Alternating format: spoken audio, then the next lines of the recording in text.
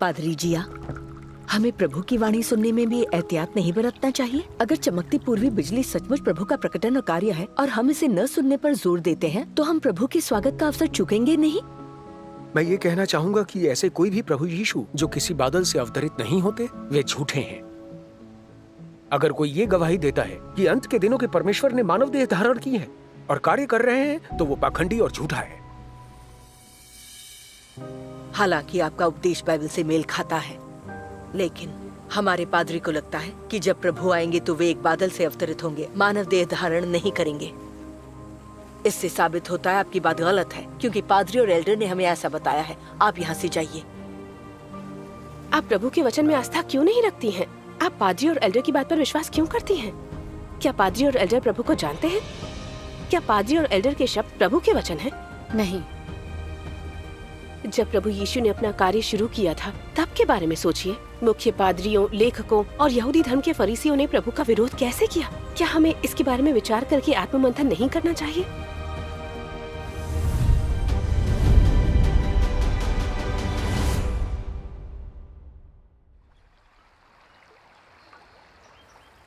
बहन यांग, आपने बताया था कि पादरी और एल्डर्स ने कहा कि अंत के दिनों में प्रभु मानव देह नहीं धर पाए। फिर भी आप कहेंगी कि पादरी और एल्डर के ये वचन बाइबल पर आधारित है। क्या प्रभु के वचन इसे साबित करते हैं? बाइबल में स्पष्ट भविष्यवाणी है कि अंत के दिनों में प्रभु मानव देह में प्रकट होंगे। हाँ। प्रभु यीशु ने कहा था, क्योंकि जैसे बिजली पूर्व से निकलकर पश्चिम तक चमकती है, वैसे ही मनुष्य के पुत्र का भी आना होगा। क्योंकि जैसे बिजली आकाश के एक छोर से कौंधकर आकाश के दूसरे छोर तक चमकती है, वैसे ही मनुष्य का पुत्र भी अपने दिन में प्रकट होगा। परंतु पहले अवश्य है कि वो बहुत दुख उठाए और इस युग के लोग उसे तुच्छ ठहराएं। इन दोनों भविष्यवाणियों में मनुष्य के पुत्र के आगमन का जिक्र है। मनुष्य के पुत्र के हर जिक्र का मतलब है मनुष्य के पुत्र के रूप में देहधारी परमेश्वर। अगर प्रभु यीशु का ये पुनर्जीवित आध्यात्मिक शरीर कभी छिपा हुआ, कभी प्रकट तो कभी अलौकिक हो जाता है, तो क्या तब भी इसे मनुष्य का पुत्र कह सकते हैं? क्या उनके बारे में तब भी कहा जा सकता है, पहले अवश्य है कि वो बहुत दुख उठाएं और इस युग के लोग उसे तुच्छ ठहराएं? सही है। ऐसे में वो दुख नहीं उठाएंगे और अस्वीकार नहीं होंगे। बिल्कुल, वे निश्चित ही ऐसा नहीं कर सकते। इसलिए अंत के दिनों में प्रभु मानव देह में आते हैं। क्या आप इस तरह की चर्चा स्वीकार कर सकते हैं? ये चर्चा प्रभु के वचनों से मेल नहीं खाती है। परमेश्वर का धन्यवाद। बहन, परमेश्वर अंत के दिनों में मानव देह में प्रकट होंगे, ये भविष्यवाणी सच हो गई है। प्रभु के वचनों को सच न मानना क्या खतरनाक नहीं होगा? जरा सोचिए, जब प्रभु के आने पर फरीसियों ने उन्हें स्वीकार नहीं किया था और उनके विरोध के साथ साथ उनकी निंदा भी की थी, तो नतीजा क्या रहा था? आखिरकार उन्हें प्रभु के श्राप झेलने पड़े। अगर हम भी परमेश्वर में फरीसियों की तरह आस्था रखेंगे, परमेश्वर के आगमन पर उन्हें नहीं स्वीकारेंगे, उनकी निंदा और प्रतिरोध करेंगे, तो फिर नतीजा क्या होगा? क्या हम प्रभु के आगमन की लालसा की वजह से उनमें आस्था नहीं रखते? क्या ऐसा प्रभु का स्वागत करने के लिए नहीं है? हमें स्वर्ग के राज्य में प्रभु में हमारी आस्था के कारण लाया जाता है या नहीं, ये इस पर निर्भर करता है कि क्या हम अंत के दिनों के प्रभु के कार्य को स्वीकार कर पाते हैं या नहीं। अब प्रभु लौट आए हैं और अपने न्याय कार्य की शुरुआत परमेश्वर के लोगों से ही कर रहे हैं। फिर भी हम ये बात नहीं मानते, बल्कि हम इससे इनकार कर देते हैं और स्वीकार नहीं करते। क्या ये प्रभु के आने पर स्वर्गारोहित होने के अवसर को खो देना नहीं है? अगर प्रभु के आने पर हम स्वर्गारोहित नहीं हो पाते हैं, तो अंतिम परिणाम क्या होगा? तब क्या प्रभु हमें छोड़ नहीं देंगे, खुद से अलग नहीं कर देंगे? हमें इस बारे में ध्यान से सोचना चाहिए। क्या ये सवाल इतना गंभीर है? आपकी चर्चा पूरी तरह से पादरी और एल्डर के विचारों से बिल्कुल विपरीत है। क्या आप इस विषय को हमें खुलकर समझाएंगी?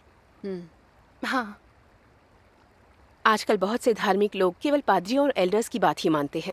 उन्हें लगता है कि किसी बादल से अवतरित ना होने वाले प्रभु यीशु असली नहीं है और प्रभु मानव देह में वापस नहीं आ सकते। तो यहाँ सवाल क्या है? क्या हम यकीन से कह सकते हैं कि प्रभु अंत के दिनों में कैसे प्रकट होते और कार्य करते हैं? परमेश्वर ने बाइबल में कहा है, मेरे विचार और तुम्हारे विचार एक समान नहीं है, ना तुम्हारी गति और मेरी गति एक सी है।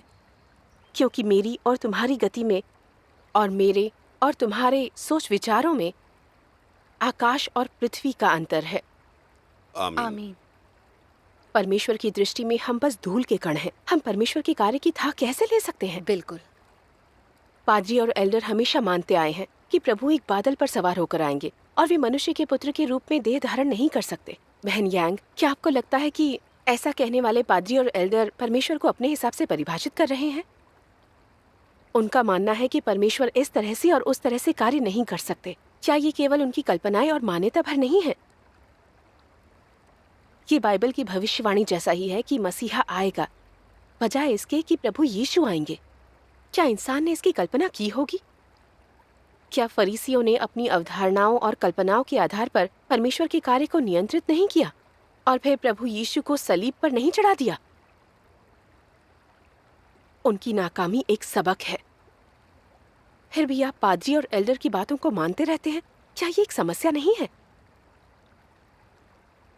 बहन, जहाँ तक प्रभु के आगमन पर उनके स्वागत का सवाल है, हमें इस बारे में पादरी और एल्डर की बातों पर विश्वास नहीं करना चाहिए, जो परमेश्वर के प्रकटन और कार्य को लेकर अवधारणाओं और कल्पनाओं पर भरोसा करते हैं।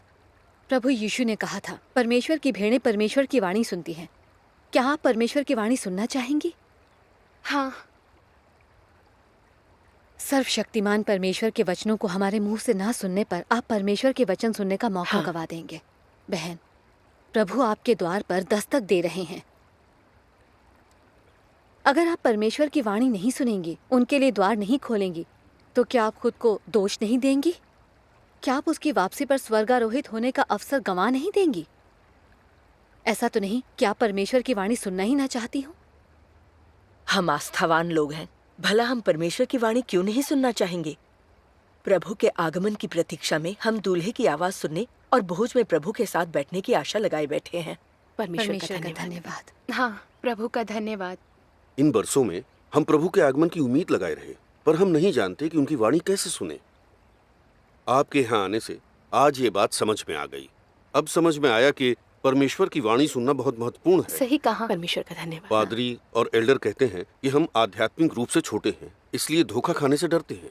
वो हमें जांच पड़ताल की अनुमति नहीं देते।